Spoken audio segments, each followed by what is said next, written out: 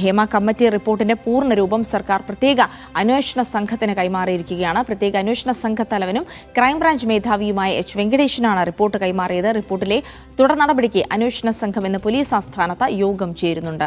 ഹരിമോഹൻ, എന്തായാലും ഹൈക്കോടതിയുടെ നിർദ്ദേശപ്രകാരമാണ് ഈ പ്രത്യേക അന്വേഷണ സംഘത്തിന് ഹേമ കമ്മിറ്റി റിപ്പോർട്ടിന്റെ പൂർണ്ണരൂപം നൽകുന്നത്. സ്വാഭാവികമായും പോക്സോ അടക്കമെടുക്കാനുള്ള വകുപ്പുകൾ അതിനകത്തുണ്ട് എന്ന് പറയുമ്പോൾ ആ റിപ്പോർട്ട് കേന്ദ്രീകരിച്ചുകൂടി അന്വേഷണം ഉണ്ടാകുമെന്നുള്ള കാര്യം തീർച്ചയായതാണ്. എന്തായാലും ഈ യോഗത്തിലായിരിക്കും അതിന്റെ തുടർ നടപടികൾ തീരുമാനമാകുക, അല്ലേ?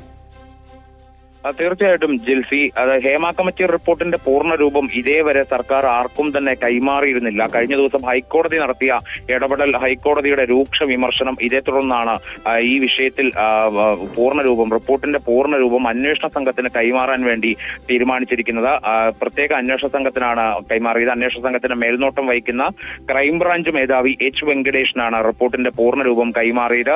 ഇനിയിപ്പോൾ ഇതിലെ തുടർ നടപടികൾക്ക് വേണ്ടി ഇന്ന് 10 മണിയോടുകൂടി ഒരു യോഗം പോലീസ് ആസ്ഥാനത്ത് ചേരും. പ്രത്യേക അന്വേഷണ സംഘം ക്രൈംബ്രാഞ്ച് മേധാവിയുടെ നേതൃത്വത്തിലാണ് യോഗം ചേരുക. യോഗത്തിലാണ് ഇക്കാര്യത്തിൽ ഒരു തീരുമാനത്തിലേക്ക് എത്തുക എന്നുള്ളതാണ് അറിയുന്നത്. അതായത് എന്തൊക്കെ നടപടികളാണ് ഈ റിപ്പോർട്ടിൽ മേൽ എടുക്കേണ്ടത്. കാരണം ഇതിൽ മൊഴി നൽകിയ ആളുകൾ പിന്നീട് പരാതികളുമായി വരാനുള്ള സാധ്യത കുറവായതുകൊണ്ട് തന്നെ അതിന്റെ നിയമസാധുത എത്രത്തോളം ആയിരിക്കും എന്നുള്ളത് കൂടി നോക്കിയിട്ടാണ് ഈ വിഷയത്തിൽ ഈ തുടർ നടപടികൾ ഒരു അന്തിമ രൂപം ആക്കുക എന്നുള്ളതാണ് നിലവിൽ അറിയാൻ കഴിയുന്നത്. ഇതിൽ നേരത്തെ സംസ്ഥാന പോലീസ് മേധാവി ഈ പ്രത്യേക അന്വേഷണ സംഘത്തിന്റെ യോഗത്തിൽ ഒരു കാര്യം വ്യക്തമാക്കിയിരുന്നു.